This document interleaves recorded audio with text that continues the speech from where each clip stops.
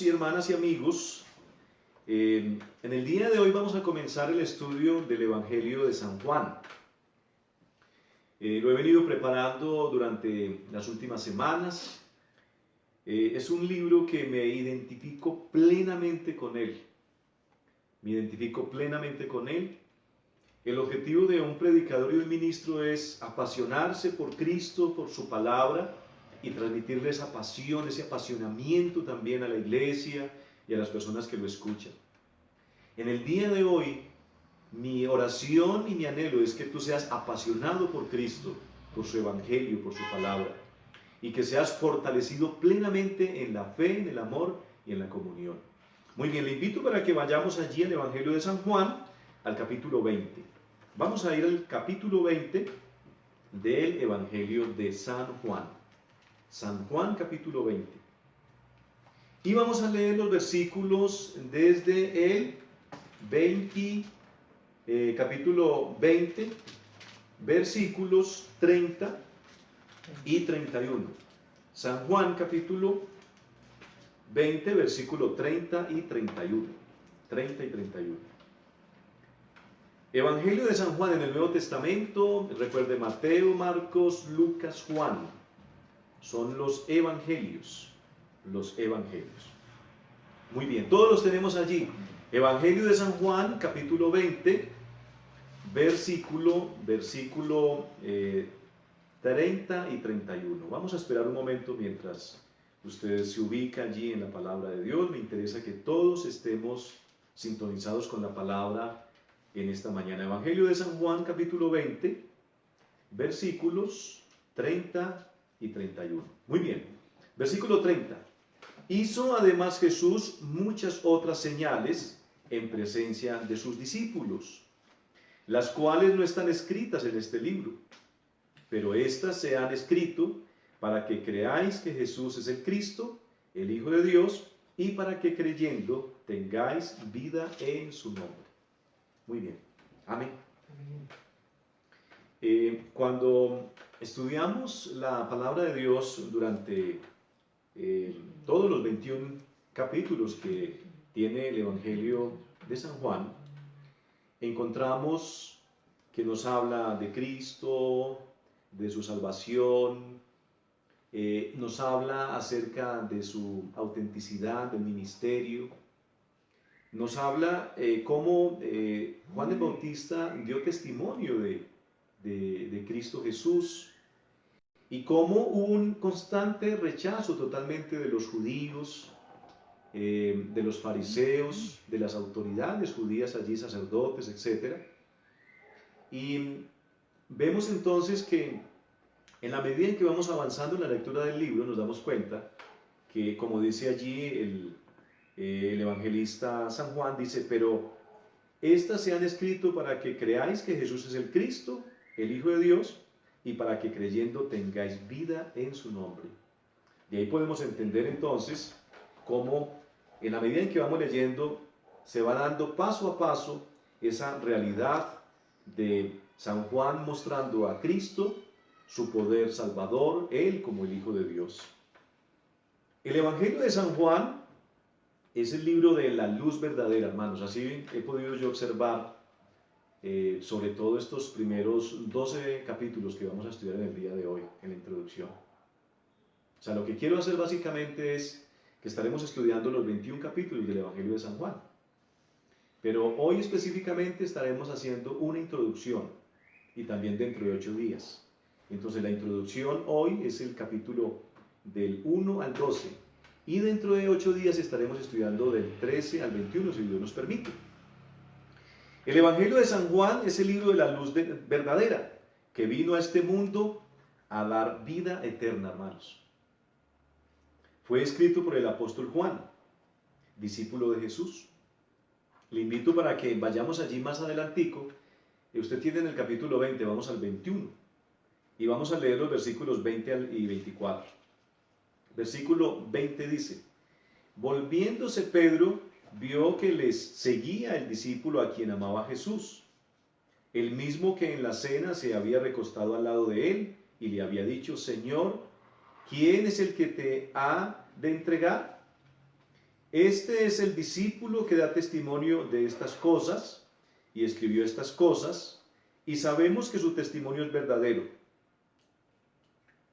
Entonces, esto nos da a entender que Juan es el autor del Evangelio de San Juan a través de estos versículos. Recordemos que San Juan también escribió 3 epístolas, primera, segunda y tercera de Juan, y escribió también el libro de Apocalipsis. Este libro fue escrito en el año 70 después de Cristo, cuando fue destruido entonces allí el templo en Jerusalén, y los judíos que estaban creyendo a la fe cristiana, que creían en Cristo, fueron expulsados totalmente de las sinagogas y hubo una gran persecución para ellos. Este libro entonces que estamos empezando a estudiar en el día de hoy fue escrito allí en el año 70 después de Cristo. Que podemos observar también allí en el Evangelio de San Juan, que Juan fue ese discípulo amado, el que se recostó en el pecho de Jesús allí en el momento de la cena del Señor.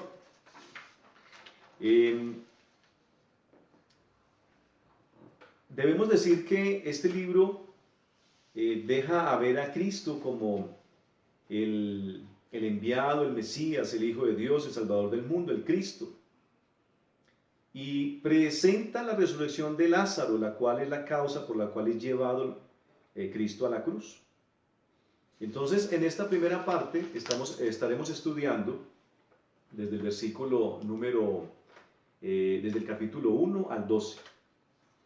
Para el día de hoy estaremos estudiando entonces del 1 al 12. Y el objetivo que me planteo es dar a conocer las características de la luz verdadera que vino a dar vida eterna. Las características entonces de la luz verdadera que vino a dar vida eterna. La luz verdadera vino a este mundo a dar vida eterna. Él fue enviado por el Padre y su ministerio cumplió todas las señales escritas por Moisés y por los profetas del Antiguo Testamento. Jesús sanó a los enfermos, alimentó a una gran multitud con 5 panes y 2 peces. Dice la palabra de Dios que le era necesario pasar por Samaria para visitar allí a los samaritanos. También nos enseña la palabra de Dios que Jesús caminó sobre las aguas y calmó la tempestad y resucitó a Lázaro de entre los muertos. Una señal o estas señales que le dieron autenticidad de ser el Mesías, el enviado, Jesús, el Hijo de Dios, el Salvador del mundo. Entonces, el interrogante que debemos hacernos en esta mañana es: ¿cuál es el testimonio de la luz verdadera? Y entonces vamos a estudiar a través de 8 características el testimonio de esa luz verdadera entonces. Número 1. Existía desde el principio. Les invito a que vayamos allí al capítulo 1 para que leamos los versículos 4 y 5. Los voy a esperar allí, vamos a estar revisando varios versículos, varios capítulos, desde el 1 al 12. Y estaremos recorriendo la Biblia desde el capítulo 1 hasta el 12. Muy bien, entonces, lo primero que debemos preguntarnos es: ¿cuál es el testimonio de la luz verdadera? El testimonio de la luz verdadera es, número uno es que existía desde el principio, y esto es lo que nos enseña el apóstol Juan allí en el capítulo 1, y vamos a leer los versículos 4 y 5. En él estaba la vida, y la vida era la luz de los hombres. La luz en las tinieblas resplandece, y las tinieblas no prevalecieron contra ella. Miremos qué bonito. Esto nos enseña allí, el apóstol Juan nos está diciendo que en él estaba la vida, y la vida era la luz de los hombres. La luz en las tinieblas resplandece, y las tinieblas no prevalecieron contra ella. Y esto nos conecta con el capítulo 1 de Génesis. Génesis 1:1, cuando nos habla allí en el principio.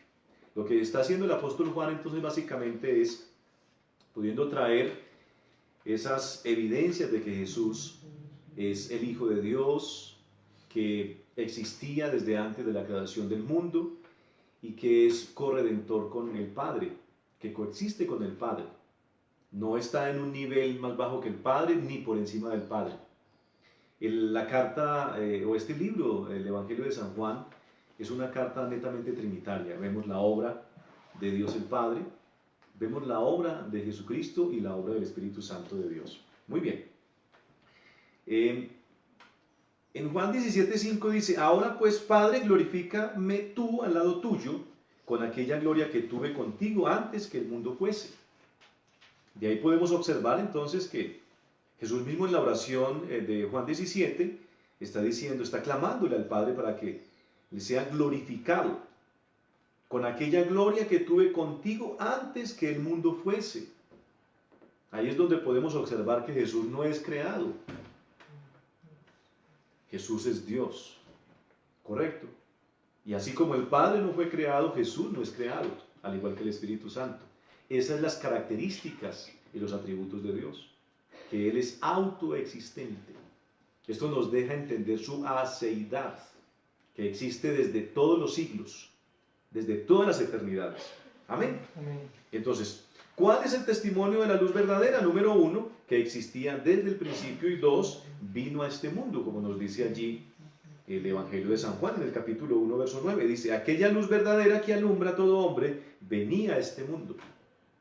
Y en el versículo 14 dice, y aquel verbo fue hecho carne y habitó entre nosotros, y vimos su gloria, gloria como del unigénito del Padre, lleno de gracia y de verdad. Miremos qué hermoso.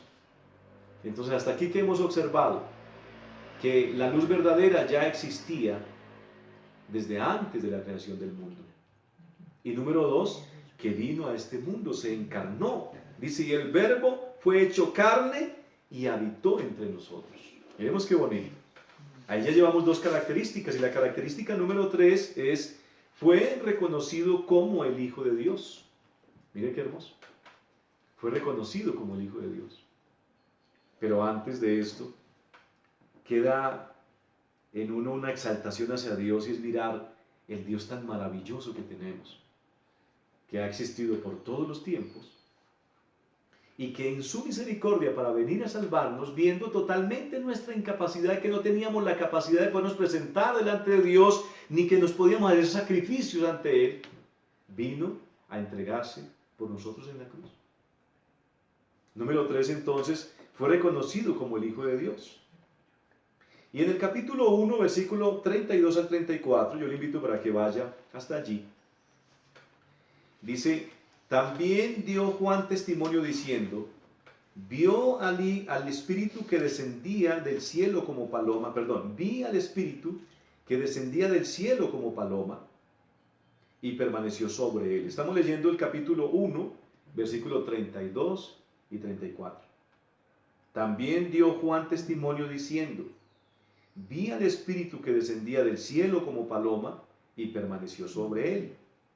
Y yo no le conocía, pero el que me envió a bautizar con agua, aquel me dijo, sobre quien vea descender el Espíritu y que permanece sobre él, ese es el que bautiza con el Espíritu Santo. Y yo le vi y he dado testimonio de que este es el Hijo de Dios. Miremos qué bonito. Número 1, entonces, el testimonio de la luz es que existía por todos los siglos. 2, que vino al mundo. Y 3, que fue reconocido como el Hijo de Dios, como nos dice allí el apóstol Juan. Número 4, encarnó lo que escribió Moisés y los profetas. Y usted me dice, ¿cómo así? ¿Cómo así que encarnó? Sí, recordemos que lo que nos enseñan los 5 primeros libros, que se llaman los libros, el Pentateuco, que está compuesto por Génesis, Éxodo, Números, Levíticos y Deuteronomio, son los primeros 5 libros de la Biblia, fueron escritos por Moisés. Y allí desde Génesis, capítulo 3, verso 16, nos enseña sobre esa realidad, como Cristo iría a la cruz del Calvario a morir por nosotros. Miremos cómo dice allí, dice, la simiente de la mujer te aplastará en la cabeza y tú le herirás en el calcañar. Vemos allí un inicio del Evangelio, una ilustración del Evangelio. Recordemos entonces que lo que Adán y Eva rechazaron por su desobediencia y fueron apartados o echados del jardín del Edén, lo que hace Cristo es venir para obtener la victoria en la cruz del Calvario, salvarnos por su obra en la cruz y su resurrección, y lo que estaba caído, restaurarlo. Esa es la promesa, de que lo que cayó en Adán, en Cristo será totalmente restaurado. Mire qué bonito. Entonces, por eso se habla allí de que da testimonio, la luz verdadera da testimonio de que encarnó lo que escribió Moisés y los profetas. Moisés habló de Cristo, al igual que cada uno de los profetas. Profetas como Elías, Eliseo, Isaías, Jeremías, Ezequiel, Daniel, etc. Malaquías, aún hasta el mismo último de los profetas del Antiguo Testamento, que fue Juan el Bautista. Mire que vino a testificar de Cristo. Entonces Felipe halló a Natanael y le dijo: hemos hallado a aquel de quien escribió Moisés en la ley, así como los profetas, a Jesús, el hijo de José de Nazaret. Esto lo dice allí Juan en el capítulo 1, versículo 45, 1:45. Cuando habla acerca de que los discípulos de Juan el Bautista vieron que venía Jesús, lo siguieron. Pero vemos qué hermoso cómo desde el versículo 39 al 51, cómo vemos cómo encarna lo que escribió Moisés y los profetas. O sea, Jesús, la luz del mundo, encarnó, o se dio a conocer como el Cordero de Dios, como el Mesías, que significa el Cristo, el Hijo de Dios, el Rey de Israel, el Hijo del Hombre. Miremos esos títulos tan maravillosos. Número 1, entonces, la luz existía desde antes de la creación de los tiempos. 2, vino a este mundo. 3, fue reconocido como el Hijo de Dios. Y número 4, encarnó lo que escribió Moisés y los profetas. ¿Encarnó qué? Se pudo observar, se vieron los títulos de él, lo observaban como el Cordero de Dios, el Mesías, el Cristo, el Hijo de Dios, el Rey de Israel, el Hijo del Hombre. Miremos qué hermoso. Entonces, llevamos ahí 4 características. Vamos a la característica número 5. Hizo señales que autentificaron su ministerio. Miremos qué hermoso. ¿Y cuáles fueron las señales? Número 1, la transformación del agua en vino. 2, la sanidad del oficial del rey. La sanidad del hijo del oficial del rey. 3, la sanidad de un paralítico. 4, la alimentación de los 5,000. 5, Jesús anda sobre el mar y calma la tempestad. 6, la sanidad de un ciego de nacimiento. Y 7, la resurrección de Lázaro. ¿Sí está bonito? Hay muchas personas que utilizan los milagros de Jesús para decirte: mira, tú también puedes hacer esos milagros. Pero miremos que, de acuerdo al énfasis del libro, de los 21 capítulos, nos enseña el apóstol Juan. Dice: estas señales han sido escritas para que los que lean puedan entender que Jesús es el Cristo, el Hijo de Dios y el Salvador del mundo. O sea que no somos llamados a hacer estas mismas señales ni milagros de Jesús, sino que somos llamados a creer en la autenticidad del ministerio de Jesús. ¿Sí está bonito? Entonces, número 1 es la transformación del agua en vino. Recordemos que esto se desarrolló allí, en las bodas de Caná de Galilea, que cada uno de nosotros lo conocemos muy bien. 2, la sanidad del hijo de un oficial del rey. Lo encontramos en Juan capítulo 4. Entonces Jesús le dijo: si no viereis señales y prodigios, no creeréis. Y en el versículo 53 dice: el padre entonces entendió que aquella era la hora en que Jesús le había dicho, tu hijo vive, y creyó en él con toda su casa. Miremos qué hermoso. Pero miremos, aunque este hombre creyó, luego, en la medida en que vamos avanzando en el Evangelio de San Juan, nos damos cuenta de que no todas las personas que recibieron los milagros o que estuvieron haciendo presencia en la multiplicación, por ejemplo, de los panes y los peces, se quedaron. Miremos que Jesús mismo le dice a los discípulos, si ustedes quieren, váyanse también. Y allí donde Pedro dice, ¿y a quién iremos? Si solamente en ti hay palabras de vida eterna. Dice que Jesús conocía totalmente el corazón de los hombres. Dios conoce nuestro corazón, nuestra realidad, como enseña el Salmo 14. El hombre no tiene la capacidad de buscar a Dios. El hombre es necio en su corazón. Ignora completamente la consecuencia de su maldad. Y lo que realmente necesita el hombre es una intervención divina. Esto es lo que nos enseña el Evangelio de San Juan. Que Jesús vino a traer esa intervención divina. ¿Y tú que eres creyente?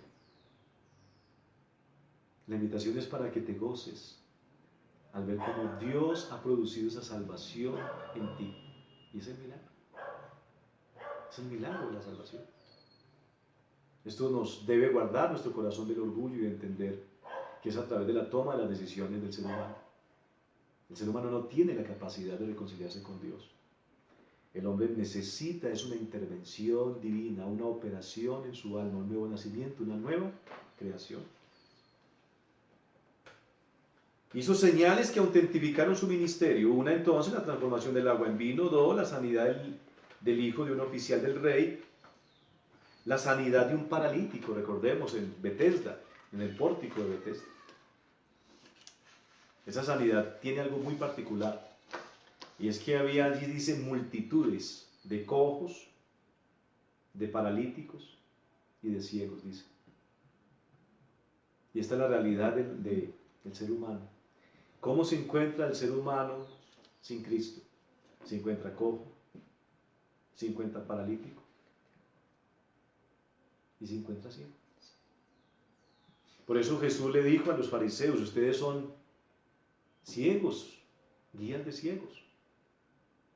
Y el libro de Proverbios nos enseña que si un ciego guía a otro, ¿dónde van? Dice, van al abismo.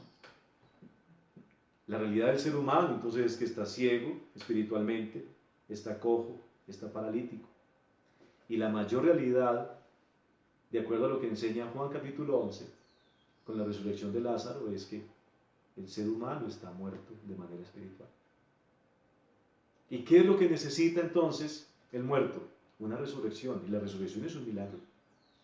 ¿Qué es lo que necesita un ciego espiritual? Un milagro de sanidad. Y solamente Jesús puede producirlo en su ser interior, en el alma. Necesitamos entonces una sanidad para nuestra alma, un milagro, una transformación para nuestro ser interior. Eso es lo que nos enseña allí la palabra de Dios. Estamos urgidos de que nuestra alma entonces tenga una intervención divina. El que está sin Cristo está urgido de una intervención divina en su alma. Y aquel que es creyente, ya Dios ha intervenido en su alma, ya ha hecho una nueva creación, le ha sanado de su ceguera espiritual, de su cojera espiritual, le ha sanado de estar paralítico espiritualmente y le ha sanado de estar muerto espiritualmente. Regocíjate en esa libertad con la que Cristo te ha hecho libre. Amén, hermano. Otra de las señales entonces que demuestran la autenticidad del ministerio de Jesús es la sanidad entonces de un ciego de nacimiento. Y a mí me gusta mucho citar Juan capítulo 9 del 1 al 5 porque habla que le trajeron a un joven que había nacido ciego y le preguntaban a Jesús quién pecó, él y sus padres. Y la respuesta de Jesús a sus discípulos fue, no pecó ni él ni sus padres, sino que esta enfermedad fue dada para que las obras del Hijo de Dios sean reconocidas. Miremos qué hermoso. Hermanos, frente a lo que estamos viviendo en este tiempo, por el coronavirus, que el mundo obviamente está oprimido. ¿Cómo se observa realmente el mundo? Está un mundo en tinieblas, oprimido, confiando en este momento en la seguridad que puede ofrecerle los médicos, las medicinas, y a través de las estrategias económicas o macroeconómicas de un rey o de un presidente de la república, un gobernante. Pero el llamado entonces es para que podamos entender que nuestra respuesta y nuestra confianza solamente debe estar en Cristo. En medio de la opresión del mundo, de las tinieblas del mundo, de la escasez del mundo, de la preocupación del mundo, nuestra esperanza es Dios.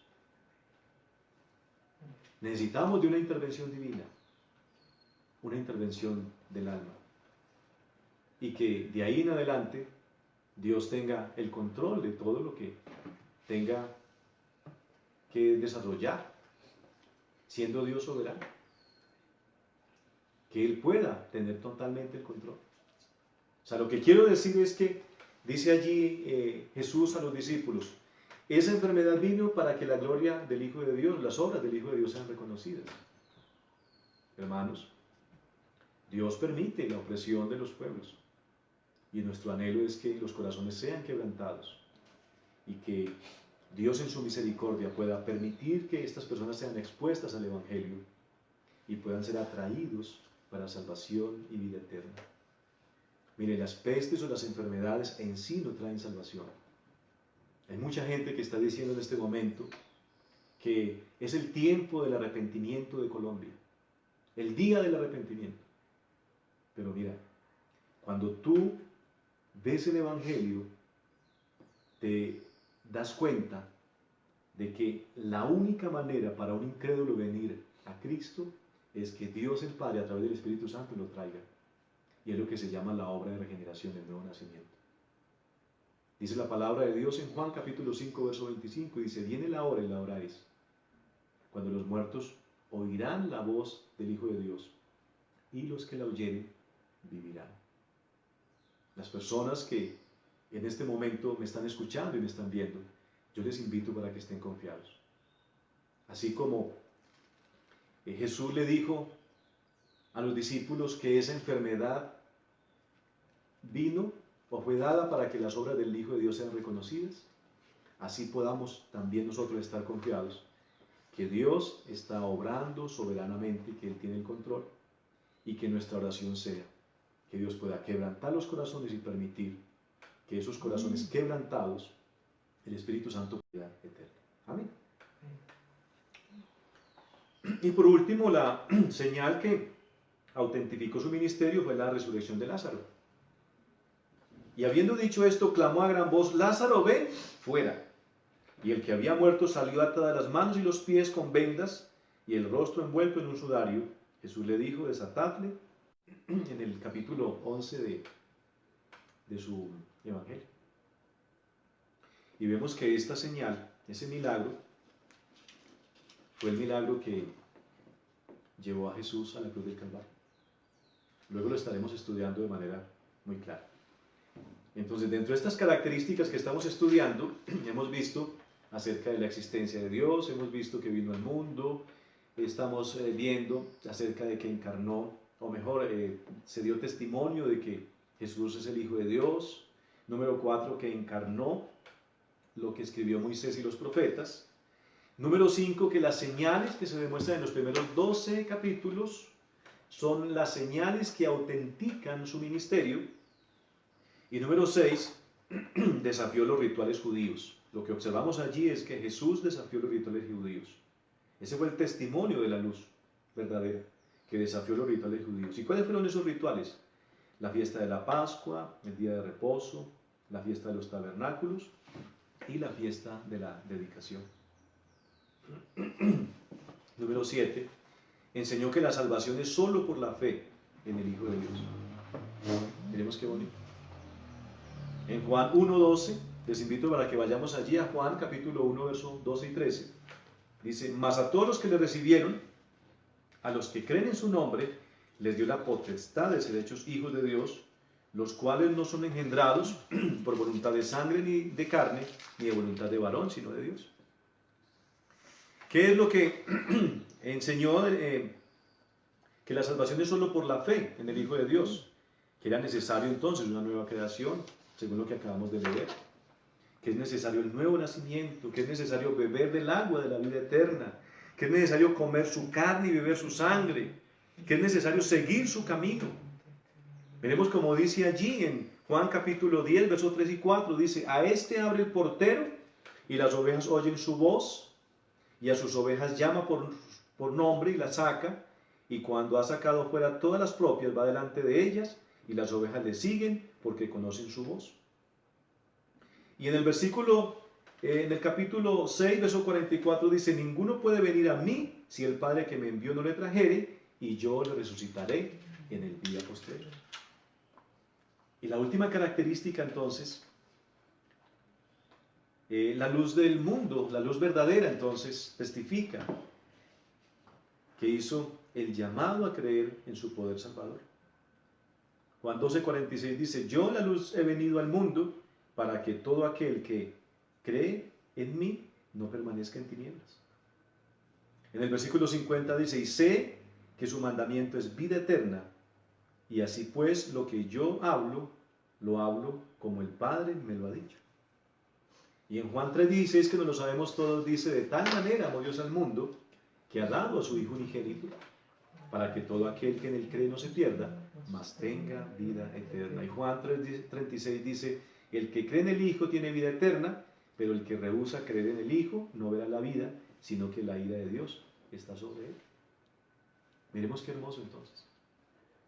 La luz verdadera que vino a salvar al mundo es Jesús.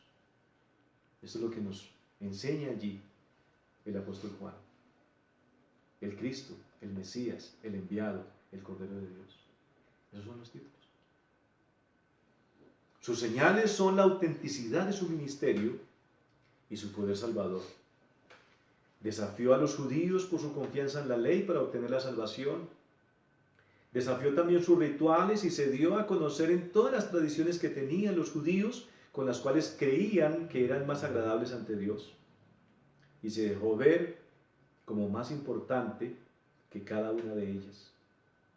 Se dejó ver como la Pascua, Jesús como la verdadera Pascua.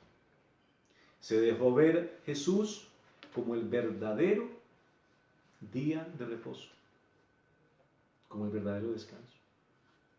Se dejó ver Él como el verdadero tabernáculo y como la verdadera fiesta de dedicación. ¿Sí? Qué bonito, hermanos. El verdadero descanso, la verdadera Pascua, la verdadera dedicación, el verdadero tabernáculo. Él se estaba mostrando como la luz verdadera que da vida eterna. Amén. Amén. Tú como creyente, cuando lees el Evangelio de San Juan en estos primeros 12 capítulos, ¿a qué te debes llevar entonces? A que puedas entender que esa luz verdadera que vino al mundo es Jesús, el Hijo de Dios, que ha venido para darte salvación. Y tú como creyente, que Dios ha producido ese milagro de la salvación en tu vida, te debe llevar a alegrarte, a gozarte y a ser fiel a ese glorioso Evangelio y a esperar en medio de cada circunstancia. Recordemos que la palabra de Dios dice: en este mundo tendréis aflicción, pero confiad, porque yo he vencido al mundo. Hermanos, indudablemente no podemos terminar un mensaje de esto sin referirnos a las situaciones que estamos viviendo en el mundo. Pero miremos, si tú estás en Cristo, la prueba, la tribulación, la angustia, la entiendes, que Dios la permite con la finalidad de poderte edificar, permitir confianza en la fe, que crezcas en el amor y en la dependencia. Yo te invito para que creas, para que tengas toda la esperanza puesta en Cristo, y aunque el mundo oprime, tú puedas entender que hay algo que es mucho mayor que la opresión de este mundo, y es la salvación de Cristo y la promesa de que estaremos habitando con Él eternamente en el cielo. Cuando estemos en el cielo, seremos librados de toda la opresión de este mundo, pero mientras estamos en esta tierra, la manera de sobrellevarlo es teniendo nuestra mirada en Cristo Jesús. Y para ti que no eres creyente, miremos, estás con temores, con angustias, No sabes qué va a pasar contigo en estos 15, 20 días siguientes. Se han muerto muchas personas. Y mira, el llamado no es para que tú te angusties en medio de la opresión del mundo, sino el llamado es para que tú estés completamente convencidos de que viene la enfermedad y trae muerte, pero que viene detrás de la muerte, y es condenación para un incrédulo. Y recordemos que a ese es el que llama necio el libro de los Salmos en el capítulo 14. Tú que has sido necio, yo te invito para que te refugies en Cristo y para que Él pueda traer salvación para ti y traiga descanso en medio de la angustia que estás viviendo. Oremos. Dios Padre, Dios Hijo, Dios Espíritu Santo, gracias por este Evangelio tan glorioso, el Evangelio de San Juan, bendito Padre. El Evangelio, Señor, de la luz verdadera, bendito Dios, donde podemos ver, Señor, a Cristo como autoexistente, que vino a este mundo a salvar, que se dio testimonio de que era el Hijo de Dios. Se vio a Cristo como que mostraba los títulos de los cuales habló Moisés y los profetas, de que esos títulos se darían para el Salvador, el Mesías, el Cristo, el Hijo de Dios, el Hijo del Hombre. Gracias, mi Dios amado, porque nos muestras en estos 12 capítulos, bendito Padre, sobre que las señales y los milagros que hizo Jesús fueron necesarias para hacer la autenticidad de su ministerio, bendito Dios. Y gracias porque Cristo mismo desafió los rituales judíos, la fiesta de los tabernáculos, la fiesta de la dedicación, la fiesta del día de reposo y la fiesta de la Pascua.